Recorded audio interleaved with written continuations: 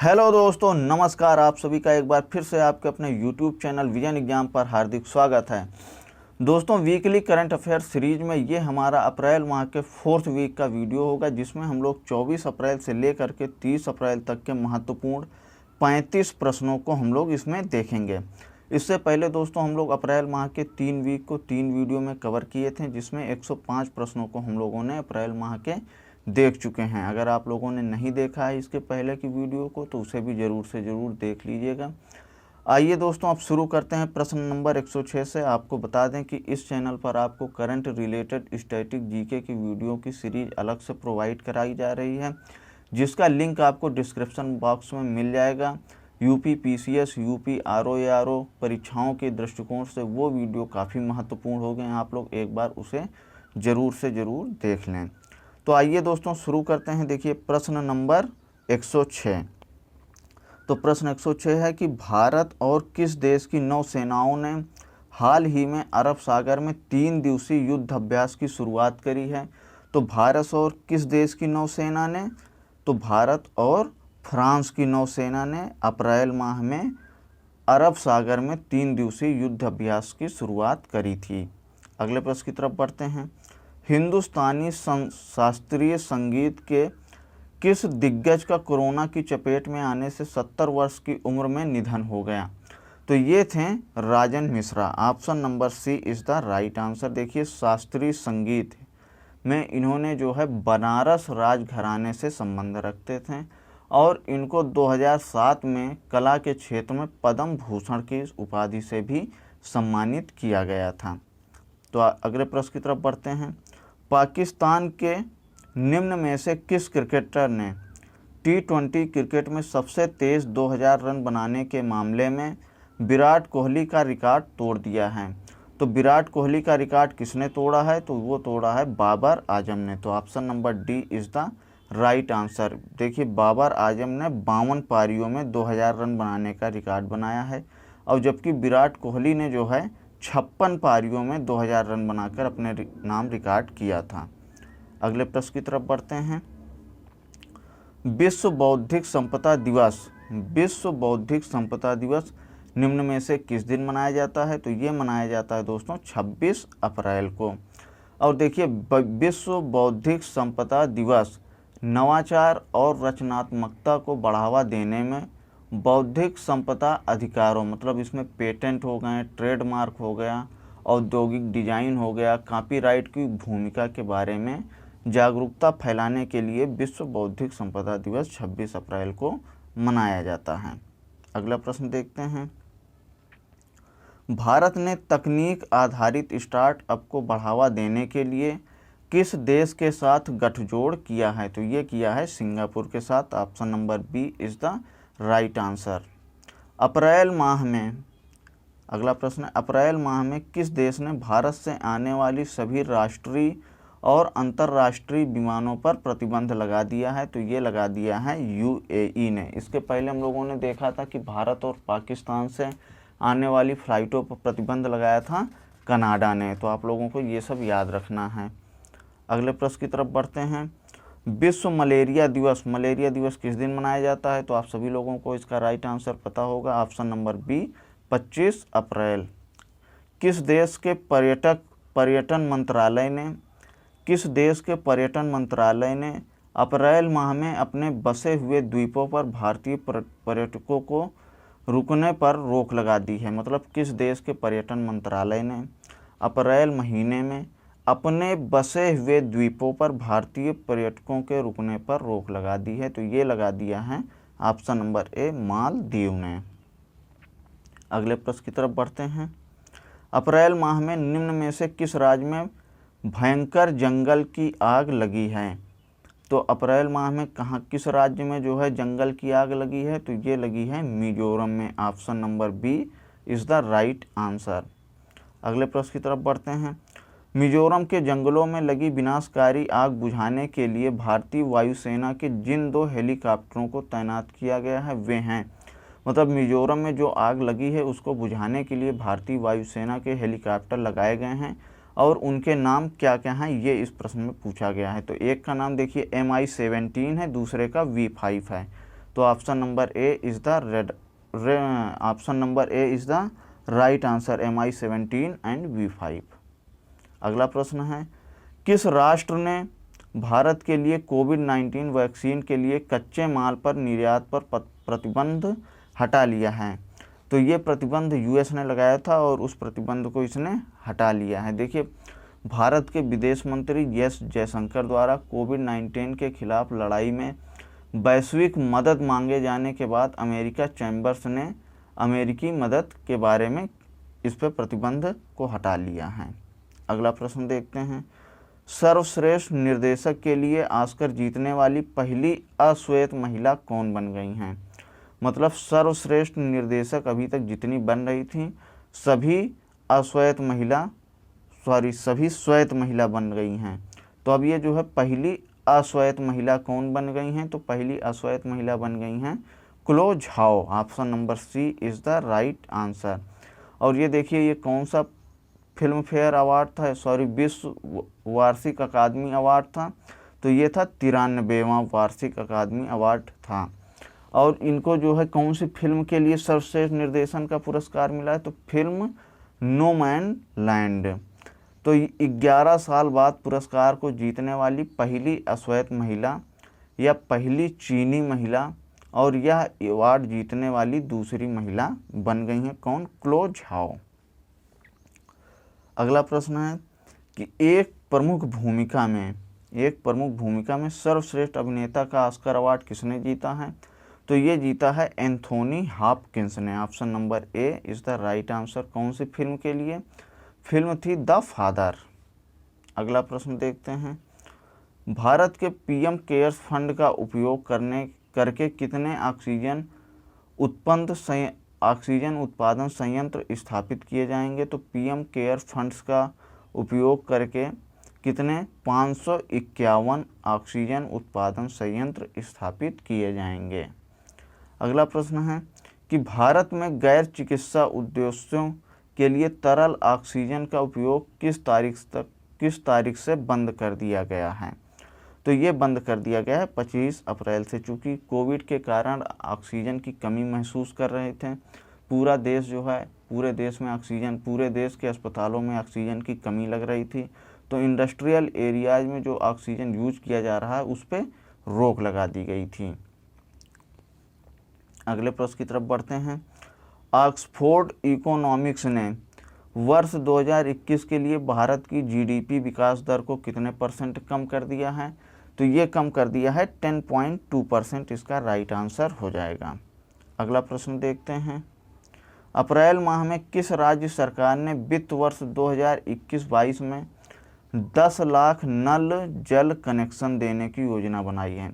तो नल जल कनेक्शन जो है किस राज्य की योजना है? ये है गुजरात की। तो option number A is the right answer. मतलब ये जो है 2022-23 तक गुजरात के हर घर जल लक्ष्य को प्राप्त करने के उद्देश्य से ये 10 लाख नल लगाए जाएंगे। अगला प्रश्न देखते हैं, न्यायमूर्ति राजेश बिंदल को किस उच्च न्यायालय के कार्यवाहक मुख्य न्यायाधीश नियुक्त किया गया है? तो ये कलकत्ता के उच्च न्यायालय के मुख्य कार्यवाहक न्यायाधीश होंगे। अगला प्रश्न देखते हैं, दिल्ली सरकार किस देश से 21 ready to use oxygen plants का आयात कर रही है? तो दिल्ली सरकार किस देश से जो है 21 ready to use oxygen plants का आयात कर रही है? तो ये कर रही है किस देश से? फ्रांस से। तो option number C is the right answer. अगले प्रश्न की तरफ बढ़ते हैं, दुनिया के सबसे शक्तिशाली मौसम जलवायु परिवर्तन पूर्वानुमान सुपर कंप्यूटर के निर्माण की योजना किस राष्ट्र की है? तो ये है यूके की ही है। Option number C Britain, UK की ही है। अब देखिए, सबसे जो यूके में, ब्रिटेन में मौसम जो है अचानक से ही बदल जाता है और जो है काफ़ी जीवन अस्त व्यस्त हो जाता है। तो मौसम के काफ़ी तीव्र बदलाव के कारण जो है यूके एक ऐसा कंप्यूटर बना रहा है जो जलवायु परिवर्तन पूर्वानुमान तुरंत लगा दे, सबसे जल्दी लगा लें। अगला प्रश्न देखते हैं, चीन के पहले मार्स रोवर का नाम क्या है? Very very important question. तो चीन के पहले मार्स रोवर का नाम है Zhurong. Option number B is the right answer. देखिए वर्तमान में जो यह रोवर है मार्स के प्रोब तियानवेन, मार्स चीन के लिए जो मार्स प्रोब तियानवेन-1 पर स्थित है। जो तियानवेन-1 था वो 24 फरवरी को मंगल ग्रह की कक्षा में प्रवेश किया था और जीवन के साक्ष्य खोजने के लिए यह मई माह में लाल ग्रह पर उतरा है। अगला प्रश्न देखते हैं। बार्सिलोना ओपन क्ले कोर्ट में, बार्सिलोना ओपन क्ले कोर्ट में किस खिलाड़ी ने अपने कैरियर का 12वां बार्सिलोना ओपन खिताब जीता है? तो ये जीता है option number C Rafael Nadal ने। दोस्तों अगर आप लोगों ने अभी तक चैनल को सब्सक्राइब नहीं किया है तो चैनल को सब्सक्राइब कर लीजिए। वीडियो पसंद आ रही हो तो अपने दोस्तों के साथ भी शेयर कर लीजिए। वेरी इंपॉर्टेंट क्वेश्चन इसमें लिए गए हैं। चलिए दोस्तों अगला प्रश्न देखते हैं। निम्न में से किसे सीमा सड़क संगठन BRO बॉर्डर रोड ऑर्गेनाइजेशन की पहली महिला कमांडिंग अधिकारी नियुक्त किया गया है? तो ये नियुक्त किया गया है वैशाली हिवासे को। तो option number A is the right answer. अगला प्रश्न है। कार्मिक मंत्रालय ने व्यय सचिव TV सोमनाथन को निम्न में से किस पद पर नियुक्त किया है? तो ये किया गया है वित्त सचिव के पद पर। Option number C is the right answer. अब देखिए जो TV सोमनाथन जी हैं ये तमिलनाडु कैडर के 1987 बैच के IAS अधिकारी हैं। अगले प्रश्न की तरफ बढ़ते हैं। निम्न में से कौन सा खिलाड़ी IPL में 50 अर्धशतक लगाने वाले पहले बल्लेबाज बन गए हैं? तो ये बन गए हैं David Warner. Option number C is the right answer. अगला प्रश्न देखते हैं। अप्रैल माह में किस देश के मंत्रिमंडल ने सार्वजनिक स्थलों पर सभी प्रकार के चेहरे के नकाब को राष्ट्रीय सुरक्षा के लिए खतरा मानते हुए इस पर प्रतिबंध लगाने के प्रस्ताव को मंजूरी दे दी है? तो ये दे दी है श्रीलंका की सरकार ने। तो option number A is the right answer. प्रश्न नंबर 132 देखते हैं। भारतीय रिजर्व बैंक RBI ने बैंकों के CEO एवं MD के कार्यकाल को कितने वर्ष तक सीमित करने की घोषणा करी है? तो ये घोषणा करी है 15 वर्ष तक के। नहीं, बहुत बैंकों में ऐसा होता था कि 35 वर्ष की आयु में ही या 40 वर्ष की आयु में ही जो है CEO या MD बन जा रहे हैं और वही बने रह रहे हैं। और इसकी मैक्सिमम एज लिमिट भी लगा दी गई है 70 वर्ष तक। इससे ऊपर की एज के लोग भी MD और CEO नहीं बन सकेंगे। अगला प्रश्न देखते हैं।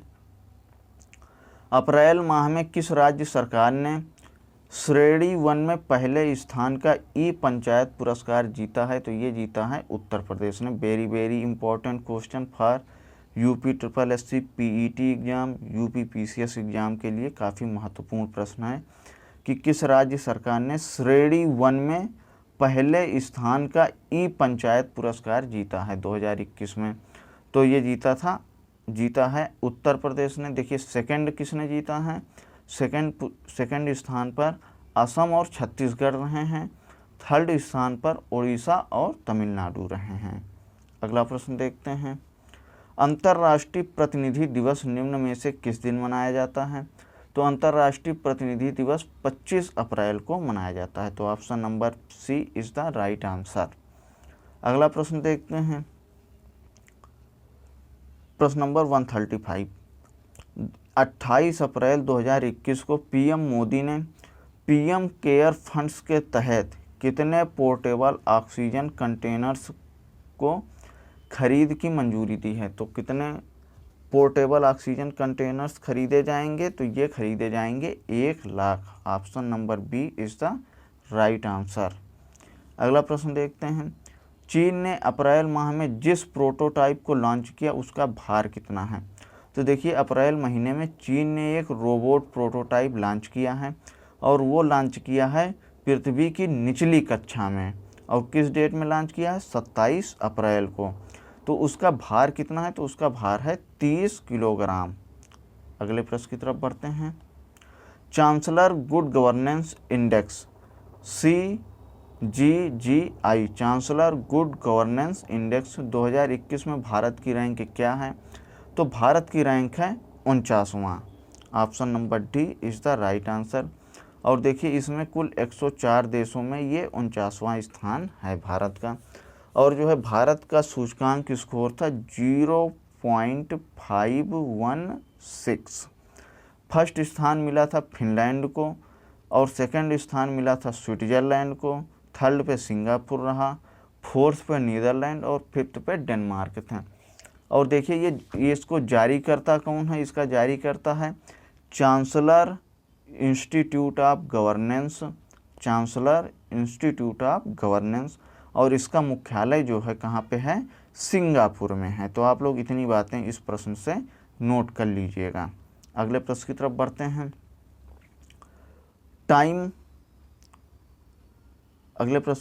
देखिए टाइम पत्रिका की वर्ष 2021 में 100 सबसे प्रभावशाली कंपनियों की सूची में किस ई लर्निंग प्लेटफॉर्म को शामिल किया गया है? तो इसको शामिल किया गया है बायजूस को। Option number D is the right answer.